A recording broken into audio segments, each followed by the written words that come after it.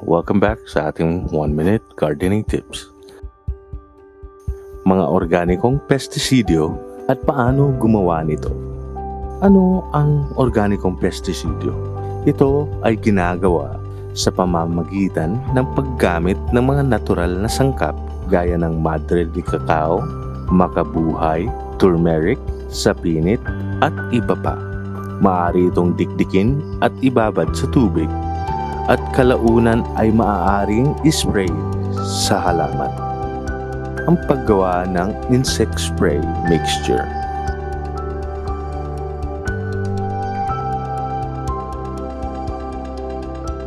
Paggawa ng pestisidyo gamit ang kamatis.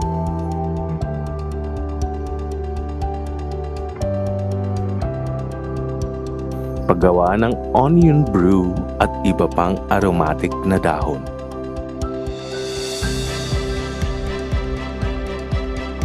Paggawa ng atis seed extract.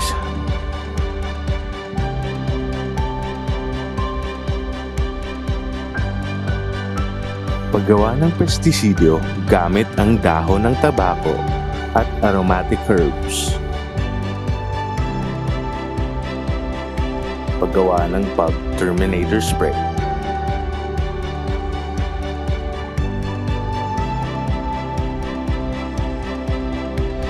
Paggawa ng isa pang bersyon ng bug terminator spray.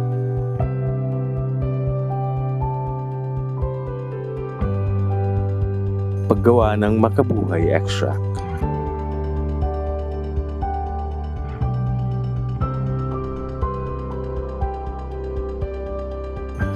Para sa karagdagang impormasyon, maaaring makakuha ng kopya ng publikasyong Urban Vegetable Production in the Philippines. Check nyo lang yung link sa description below para mapunta dun sa link ng PCAARRD Electronic Library at dun nyo makikita ang mga detalyadong pamamaraan sa paggawa ng natural at organikong pestisidyo. Thank you guys for watching at sana may nakuha kayong tips sa ating 1-minute gardening segment.